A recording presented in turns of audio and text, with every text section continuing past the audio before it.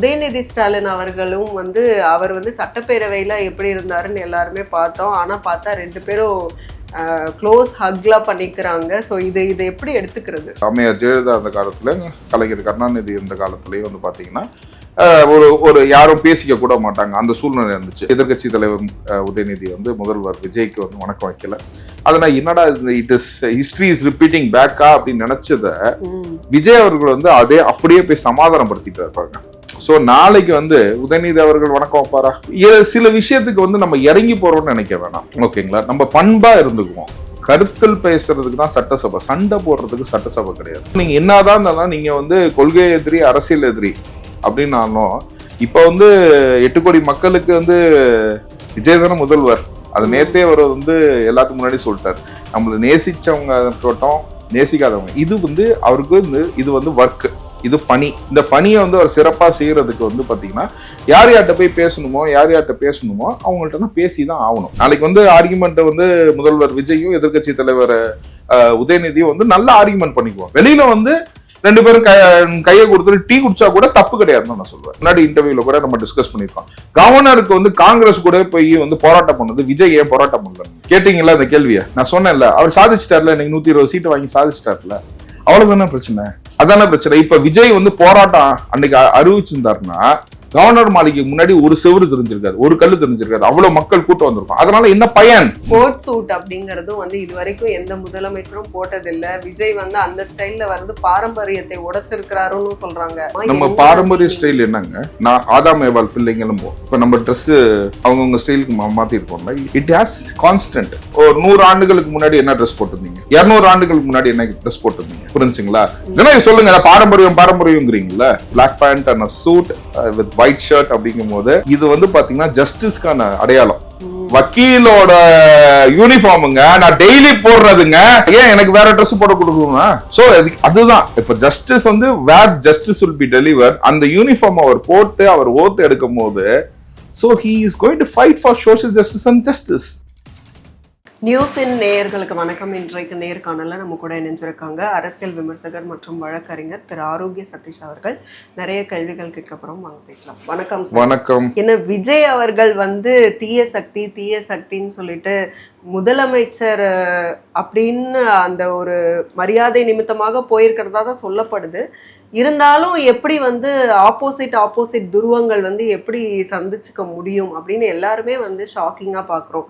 இன்னொன்று, உதயநிதி ஸ்டாலின் அவர்களும் வந்து அவர் வந்து சட்டப்பேரவையில் எப்படி இருந்தாருன்னு எல்லாருமே பார்த்தோம். ஆனால் பார்த்தா ரெண்டு பேரும் க்ளோஸ் ஹக்லாம் பண்ணிக்கிறாங்க. ஸோ இதை எப்படி எடுத்துக்கிறது? இல்லை, இது ஆக்சுவலாக ஒரு நல்ல ஒரு அரசியல் நகர்வுன்னு தான் நான் சொல்லுவேன். ஏன்னா இந்த பாஸ்ட்ல நீங்க பாத்தீங்கன்னா, இதுக்கு முன்னாடி நீங்க பாத்தீங்கன்னா இபிஎஸும் ஸ்டாலின் அவர்கள் இருக்கும் போதும் பாத்தீங்கன்னா இந்த மாதிரி ஒருத்தர் அதிமுக காரங்களும் திமுக காரங்களும் வணக்கம் வச்சுக்குவாங்க. பட் ஆனால் அதுக்கு முன்னாடி கொஞ்சம் போனீங்கன்னா அது அம்மையார் ஜெயலலிதா அந்த காலத்துல, கலைஞர் கருணாநிதி இந்த காலத்துலயும் வந்து பாத்தீங்கன்னா ஒரு யாரும் பேசிக்க கூட மாட்டாங்க, அந்த சூழ்நிலை இருந்துச்சு.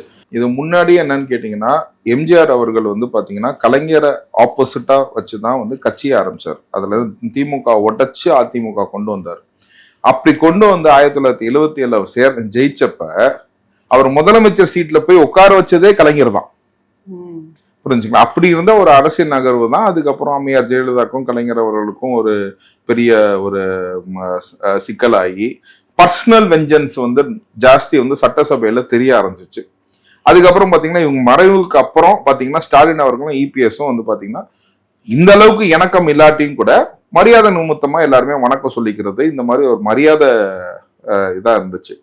இன்னைக்கு காலையில நான் இதை பார்க்கும் போது பாத்தீங்கன்னா திரும்பவும் it is back to pavilion மாதிரி, ஓகேங்களா? உதயநிதி அவர்கள் வந்து ஒரு வணக்கம் கூட வைக்கல முதல்வருக்கு. அதனால் வந்து எதிர்கட்சி தலைவர் உதயநிதி வந்து முதல்வர் விஜய்க்கு வந்து வணக்கம் வைக்கல.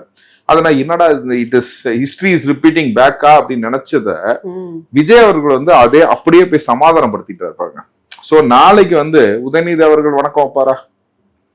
ஓகேங்களா? ஸோ சில விஷயத்துக்கு வந்து நம்ம இறங்கி போறோம்னு நினைக்க வேணாம், ஓகேங்களா? நம்ம பண்பா இருந்துக்குவோம். கருத்தல் பேசுறதுக்கு தான் சட்டசபை, சண்டை போடுறதுக்கு சட்டசபை கிடையாது, புரிஞ்சுங்களா? we have to make a proper discussions and proper arguments, ஓகேங்களா? அப்படிங்கிற சூழ்நிலையில வந்து சட்டசபையை வந்து ஹெல்த்தியா இருக்கணும். எதிர்கட்சியும் வந்து பாத்தீங்கன்னா ஹெல்த்தியா இருக்கணும். அந்த எதிர்கட்சி ஹெல்த்தியா இருந்தாதான் வந்து கான்ஸ்டிடியூஷனுக்கும் ரொம்ப நல்லது. அப்படிங்கும் போது இன்னைக்கு நடந்த சூழ்நிலையை பார்க்கும்போது அதுக்கப்புறம் வந்து திரு வைகோ அவர்களை போய் சந்திச்சிருக்காரு. புரிஞ்சுக்கலாம். அவரோட இது வந்து அவரை சந்திச்சதுக்கு காரணம் வந்து பாத்தீங்கன்னா அவரோட அலையன்ஸ் வந்து எக்காரணத்துக்கு கொண்டும் தாவேக்காக்கு வர போறது இல்லை. ஏன்னா அவர் உதயசூரியன்ல தான் போட்டிட்டு இருக்காரு. So he cannot jump from stand from DMK to TVK. But இருந்தாலும் வந்து பெரிய தலைவர்கள்னா அவர் சந்திக்கிறது வந்து எனக்கு ரொம்ப அப்ப அதுல வந்து ஆதாயம் எதுவும் இல்ல. அப்போ மரியாதை நிமித்தம் மட்டும். இப்ப திமுக வந்து எந்த வித ஆதாயமும் இல்ல. வைகோ அவர்கள்ட்ட சுத்தமாவே இல்லையே. புரிஞ்சுங்களா. he stood in உதயசூரியன் சிம்பல்ல தானே. So he cannot shift to any other party. அப்படிங்கும் போது இது வந்து ஒரு பெரியவர்களுக்கு கொடுக்குற மரியாதையா தான் நான் பாக்குறேன். இது வந்து ஒரு நாகரிக அரசியலோட முதற்கட்டம் அப்படின்றதுதான் நான் வந்து தெளிவு. இப்போ அடுத்தது வந்து எப்பவுமே வந்து பிஜேபியோட பி டீம் விஜய் அப்படிலாம் பேசி பார்த்திருக்கோம். அடுத்து பிஎம் அவர்களை கூட போய் சந்திக்க போறாங்க அப்படின்னு பார்க்கும்போது அதுவும் மரியாதை நிமித்தம்னு தான் எடுத்துக்கணுமா? இல்ல, பிஎம் போய் சந்திக்கும் போது எஸ், நேத்தே வந்து பிஎம் வந்து ட்வீட் கூட போட்டிருந்தாரு. ரீட்வீட் வந்து பிஎம் வாழ்த்து சொல்லியிருந்தாரு. அதுக்கு வந்து தேங்க்ஸ் அப்படின்னு சொல்லியிருந்தாரு. இன்னொரு ஒரு விஷயம் என்னன்னு கேட்டீங்கன்னா, இப்போ நம்ம ஜிஎஸ்டி வாங்குறோம். ஜிஎஸ்டியில் வந்து பார்த்தீங்கன்னா ஸ்டேட் ஜிஎஸ்டி, ஐஜிஎஸ்டின்னு வரும். அதாவது சென்ட்ரல் கவர்மெண்ட்டுக்கு போயிடும். புரிஞ்சுக்கலாம். அந்த சிஜிஎஸ்டி அது ரெண்டத்தையும் சேர்த்து தான் வந்து கீழே டோட்டல் போடுவாங்க. ஸோ அப்படி சென்ட்ரல் ஜிஎஸ்டி போகிற அமௌண்ட்னா நமக்கு வரல அப்படின்னு சொல்லிட்டு நிறைய குழப்பங்கள் நம்ம ப்ரீவியஸாக நம்ம பார்த்துட்டு இருக்கோம். இந்த பணங்கள்லாம் ஒன்றும் செட்டில் ஆகல. இதனால நாங்கள் நிறைய நலத்திட்டத்துக்கு வச்சு இந்த இதெல்லாம் வந்து நடக்காமல் போச்சு அப்படிங்கும்போது. ஸோ நீங்கள் என்னதான் இருந்தாலும் நீங்கள் வந்து கொள்கை எதிரி, அரசியல் எதிரி அப்படின்னாலும் இப்போ வந்து 8 கோடி மக்களுக்கு வந்து விஜய் தானே முதல்வர். அது நேத்தே அவர் வந்து எல்லாத்துக்கும் முன்னாடி சொல்லிட்டார். நம்மளை நேசிச்சவங்க இருக்கட்டும், நேசிக்காதவங்க, இது வந்து அவருக்கு வந்து இது வந்து ஒர்க், இது பணி. இந்த பணியை வந்து அவர் சிறப்பா செய்யறதுக்கு வந்து பாத்தீங்கன்னா யார் யார்கிட்ட போய் பேசணுமோ அவங்கள்ட்ட தான் பேசிதான் ஆகணும். புரிஞ்சுங்களா. இப்ப நாங்களேங்க ஒன்றும் இல்லை, அஸ் அன் அட்வொகேட் நான் சொல்றேன். புரிஞ்சுங்களா. We be vehemently arguing the matters. புரிஞ்சுங்களா. ஆப்போசிட்ல இருக்கிற அட்வொகேட்டோட வந்து பாத்தீங்கன்னா கோர்ட்ல வந்து அப்படியே ஆர்கியூ பண்ணிக்குவோம். ஆர்கியூ பண்ணிட்டு கேஸ் முடிஞ்ச உடனே நாங்க 2 பேரும் ஒன்னா சேர்ந்து டீ குடிப்போம். ஏங்க நாங்க என்ன முறைச்சுக்கிட்டேவா இருக்கணும் சொல்லுங்க? அப்படி முறைச்சுக்கிட்டே இருந்தோம்னா அட்வொகேட் சமுதாயம் நல்ல ஒற்றுமையா இருக்குமா? இன்னைக்கு வந்து ஒரு ஒரு ஒரு அட்வொகேட் சமுதாயம் வந்து இன்னைக்கு ஒற்றுமையா இருக்குது. மற்ற எந்த இது ஐ மீன் அட்வொகேட், இன்ஜினியர்ஸ், டாக்டர்ஸ், நீங்க எதனா எல்லாத்தையும் பாக்குறதோட ஒரு அட்வொகேட்டுக்கு பிரச்சனைனா சக அட்வொகேட் வந்து நிக்கிறாப்ல இந்த சமுதாயம். ஆனா திங்க் அபவுட் அவர் ஜாப். ஓகேங்களா. எங்க வேலை என்ன? ஓகேங்களா. we will argue for our party. ஓகேங்களா. Other side advocate will argue for his party. அப்படிங்கும் போது அந்த மாதிரி ரெகமெண்டா நாங்க ஆர்கியூ பண்ணிக்குவோம் கோர்ட் உள்ளுக்குள்ள. வெளியில வந்தோடனே வந்து பாத்தீங்கன்னா வேர்டிக்கு எனக்கும் வரும், அவருக்கும் வரும். புரிஞ்சுங்களா. அது வந்து வேற விஷயம். பர்சனலா வந்து we should not take it. It is only a job. இது பணியா மட்டும்தான் நம்ம பார்க்க முடியும். அப்படி இருந்துச்சுன்னா நானும் இன்னொரு அட்வொகேட்டும் சட்டையை கொடுத்துட்டு தான் நிக்கணும். This is not healthy. இப்ப அந்த மாதிரி ஒரு ஃபெர்டினிட்டியில வந்த லீகல் ஃபெர்டினிட்டியில வந்தனால நான் சொல்றேன், அந்த மாதிரி ஒரு விஷயம் சட்டசபையில நடக்கிறது வந்து அவங்க ஆர்கியூமெண்ட் பண்ணிக்குவாங்க. நாளைக்கு வந்து ஆர்கியூமெண்ட் வந்து முதல்வர் விஜயும் எதிர்கட்சி தலைவர் உதயநிதியும் வந்து நல்ல ஆர்கியூமெண்ட் பண்ணிக்குவாங்க. வெளியில வந்து 2 பேரும் கையை கொடுத்துட்டு டீ குடிச்சா கூட தப்பு கிடையாதுன்னு நான் சொல்லுவேன். புரிஞ்சுங்களா. It can be. புரிஞ்சுங்களா. ஏன்னா இப்ப கருத்தியலை வைக்கணும். மக்களுக்கு வந்து இதனால பிரச்சனை வரக்கூடாது. எதை வந்து மக்கள் விரும்புறாங்க, எதை வந்து மக்கள் விரும்ப மாட்டாங்க அப்படிங்கும் போது it is going for this is for the people. This is people government. புரிஞ்சுங்களா. There are people are voted for him. எதிர்கட்சி தலைவர் உதயநிதிக்கும் ஓட் பண்ணிருக்காங்கல்ல, அவருக்கும் மேண்டேட் கொடுத்துருக்காங்கல்ல. ஸோ அதை வந்து செயற்பட செய்யணும். நீங்க நல்லா புரிஞ்சுக்கோங்க. வக்கீல் எப்படி இருக்கிறோமோ அதே மாதிரி சட்டசபையும் இருக்கணும்னு நான் கேட்டுக்கிறேன். அப்ப வந்து இங்க பார்த்து சந்திச்சுக்கிறது வேற, அங்க இருக்கிறது வந்து ஆக்சுவல் ஆர்கியூமெண்ட் தான் இருக்கும். அது வந்து ஒன்லி நாலேஜ் வில் ஃபைட். புரிஞ்சுங்களா. Not personal egos. நீங்க பர்சனல் ஈகோக்குன்னா இன்னைக்கு வந்து பாத்தீங்கன்னா இன்னைக்கு முதல்வர் விஜய் வந்து என் பாயிண்ட் வச்சுட்டார். பர்சனலா இருந்திருக்கோங்க. சில பேர் லைட்டா தோத்துட்டாங்க, என்ன இருக்கு, அவங்க அப்பா சட்டசபைக்கு வரல, அந்த மாதிரி பர்சனலா மேபி இருந்திருக்கலாம். புரிஞ்சுங்களா. அதை ரிசால்வ் பண்ண வேண்டிய கடமைங்க. புரிஞ்சுங்களா. என்னைக்குமே நான் சொல்லியிருப்பேன், பிக் பிரதர் இப்ப போஸ்ட பொறுத்த வரைக்கும் big brother always have to give hands to the small brother, எங்க பிரதர். அப்படிங்கும் போது பிக் பிரதர் வந்து இன்னைக்கு வந்து உதயநிதியை வீட்டுக்கு போய் சந்திச்சு ஆற தழுவி அவங்க அப்பாவுக்கு ஒரு சால்வை போட்டு ஒரு நல்ல இதை கொண்டு வராரு அப்படின்னா it's a very healthy competition. இது இப்படிதான் இருக்கணுங்கிறேன். ஓகே. இப்படிதான் இருக்கணும். மோடி அவர்கள்ட்ட நான் போய் பேசணும், ஒரு அப்பாயின்மெண்ட் கொடுங்கன்னு போய் பேசுங்க, எனக்கு இவ்வளவு பிரச்சனை இருக்குங்க, இவ்வளவு பிரச்சனை இருக்கு, இதை தானே சொல்லுங்க அப்படின்னு. இந்த பிஎம் கேர்ஸ் சைன் பண்ணுங்கன்னா இது பண்ண முடியாதுங்க, இதை தவிர மிச்சம் எதனா சொல்லுங்க, நம்ம வேணா பண்ணிக்கலாம் அப்படின்ற மாதிரி ஒரு நெகோசியேஷன் வரணும்னா நம்ம உட்காந்து பேசினா தானே நடக்கும். புரிஞ்சுங்களா? அது நம்ம உட்காந்தே பேசலன்னா எப்படி நடக்கும்? புரிஞ்சுங்களா? இப்ப சென்ட்ரல் யூனியன் மினிஸ்டர் இன்னைக்கு நல்லா ஒண்ணு புரிஞ்சுக்கோங்க. இது இந்த கடைபிடிக்கிறது பாத்தீங்கன்னா எல்லாருமே கேட்டீங்க, ஓகேங்களா? இதுக்கு முன்னாடி இன்டர்வியூல கூட நம்ம டிஸ்கஸ் பண்ணிருக்கோம். கவர்னருக்கு காங்கிரஸ் கூட போய் போராட்டம் பண்ணது விஜய் ஏன் போராட்டம் பண்ணல நீங்க கேட்டீங்களா? அந்த கேள்வியை நான் சொன்னேன்ல, அவர் சாதிச்சிட்டார்ல, இன்னைக்கு 120 சீட்டு வாங்கி சாதிச்சிட்டார்ல, அவ்வளவுதானே பிரச்சனை. அதான பிரச்சனை. இப்ப விஜய் போராட்டம் அன்னைக்கு அறிவிச்சிருந்தாருன்னா கவர்னர் மாளிகைக்கு முன்னாடி ஒரு செவரு தெரிஞ்சிருக்காது, ஒரு கல்லு தெரிஞ்சிருக்காது, அவ்வளவு மக்கள் கூட்டம் வந்திருக்கும். அதனால என்ன பயன்? என்ன பயன் சொல்லுங்க? டிராபிக்ல நம்ம தான் அவதிப்பட்டிருப்போம். ஒரு ஆட்டோ கூட புக் பண்ண முடியாது, ஒரு கேப் கூட புக் பண்ண முடியாம நம்ம தான் தவிச்சிருப்போம். ஹாஸ்பிட்டல் போறவங்க தவிச்சிருப்போம். இதெல்லாம் he doesn't do it. அவருக்கு எந்த பிரச்சனை வந்தாலுமே he don't take it up to the media trial, he take it up to the court. இப்ப சட்டசபையே மக்கள் சபை, அது புரிஞ்சுக்கலாம். அவர் நல்லா டிஸ்கஸ் பண்ணுவாங்க, அங்க ஹெல்த்தியா ஃபைட் பண்ணுவாங்க. சோ இந்த மாதிரி போகஸ் அரசியல்னா நின்றும். நாளைக்கு பாருங்க, 4 எம்எல்ஏ சேர்ந்து அவங்க ஒரு 4 சேனல்ல உட்காந்து பேசி இதான் நல்லா பேசணும். முன்னாடி சிரிச்சாங்க பிரசிடென்ட், ஏன்னா அமெரிக்கால நடக்கிற மாதிரி இவர் டிஜிட்டல்ல பேச போறாராம அப்படின்னு. நாளைக்கு நெக்ஸ்ட் 2031ல இட் கேன் ஹேப்பன், 2029ல இட் கேன் ஹேப்பன். என்னோட வாக்குறுதிகள் இது மத்த அவங்க கட்சி அவங்க வாக்குறுதிகள் சொல்லட்டும், நம்ம பேசுவோம் அப்படின்னு சொல்லிட்டு அந்த மாதிரி ஒரு ஹெல்த்தி டிஸ்கஷனா வரணுங்க. அமெரிக்கால யார் இருக்கான்? ஓகேங்களா? இங்க நம்ம இந்தியர்கள் தான் பாத்தீங்கன்னா போய் அங்க 19% உட்காந்துருக்கான். இங்க படிச்சவனெல்லாம் தூக்கி அங்க விட்டுறோம். புரிஞ்சுங்களா? அங்க போய் இந்த மாதிரி இருக்கிறாங்க. சோ இங்க இருக்கிற மக்கள் எப்படி இருக்கணும்? அந்த மாதிரி சேஞ்ச் பண்ணணும்ல. Change is constant. இப்ப அமெரிக்கான்னு சொல்லும் போது ஞாபகம் வருது, கோட் சூட் அப்படிங்கறதும் இது வரைக்கும் எந்த முதலமைச்சரும் போட்டதில்லை. விஜய் அந்த ஸ்டைல்ல பாரம்பரியத்தை உடைச்சிருக்கிறாருன்னு சொல்றாங்க. அத நெகட்டிவ் டோன்ல எடுக்கிறவங்களும் எடுக்கிறாங்க. அது இப்போ நீங்க சொல்ற மாதிரி ட்ரம்ப் எல்லாம் அதே காஸ்டியூம்ல தான் வருவாரு. அப்போ பார்க்கும்போது இவரும் வெஸ்டர்ன் ஸ்டைலுக்கு மாறிட்டாரு அப்படின்னு எடுத்துக்கலாமா? நம்ம பாரம்பரிய ஸ்டைல் என்னங்க? நான் ஆதாம் ஏவாள் பிள்ளைங்களும் இப்ப நம்ம ட்ரெஸ் அவங்கவுங்க ஸ்டைலுக்கு மாத்திருக்கோம்ல. It has constant.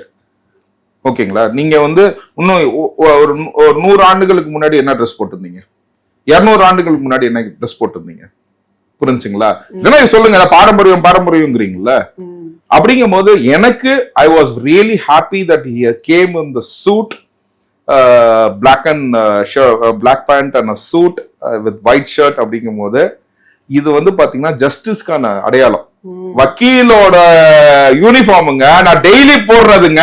ஆனா பாக்குறதுக்கு ஆமா, என்னோட யூனிஃபார்ம் நான் டெய்லி கோர்ட்டுக்கு இப்படிதான் போறேன். புரிஞ்சுங்களா? ஏன் எனக்கு வேற ட்ரெஸ் போட கொடுக்கணும்னா? சோ அதுதான் இப்ப justice where justice will be delivered. அந்த யூனிஃபார்ம் அவர் போட்டு அவர் ஓத்து எடுக்கும் போது so he is going to fight for social justice and justice. So we are very happy about it. ஒரு லீகல் ஃபெர்டினிட்டி நீங்க கேக்குற கேள்வி எல்லாம் எங்க ஃபெர்டினிட்டி நோக்கியே இருக்கிற மாதிரி இருக்கு. So I was very happy. அது பார்க்கவுடனே ஐயோப்பா எப்படிப்பா நம்ம வக்கீலோட ட்ரெஸ் இன்னைக்கு நிறைய பேர் black pant white shirt போட ஆரம்பிச்சாங்களா? ஏன்? நியாயத்தை பேசுறோம் அப்படின்ற ஒரு அடையாளத்தை காட்டுறதுக்கு தான் நார்மல் பொலிட்டீஷியன்ஸ் நார்மல் பீப்புளே போட ஆரம்பிச்சாங்களா? அவர் எக்ஸ்ட்ராவா கோட்டை போட்டு வக்கீல் மாதிரியே அவர் பிரதிபலிச்சாரு பாருங்க. இட் இஸ் மை யூனிஃபார்ம், இது என்னோட யூனிஃபார்ம்.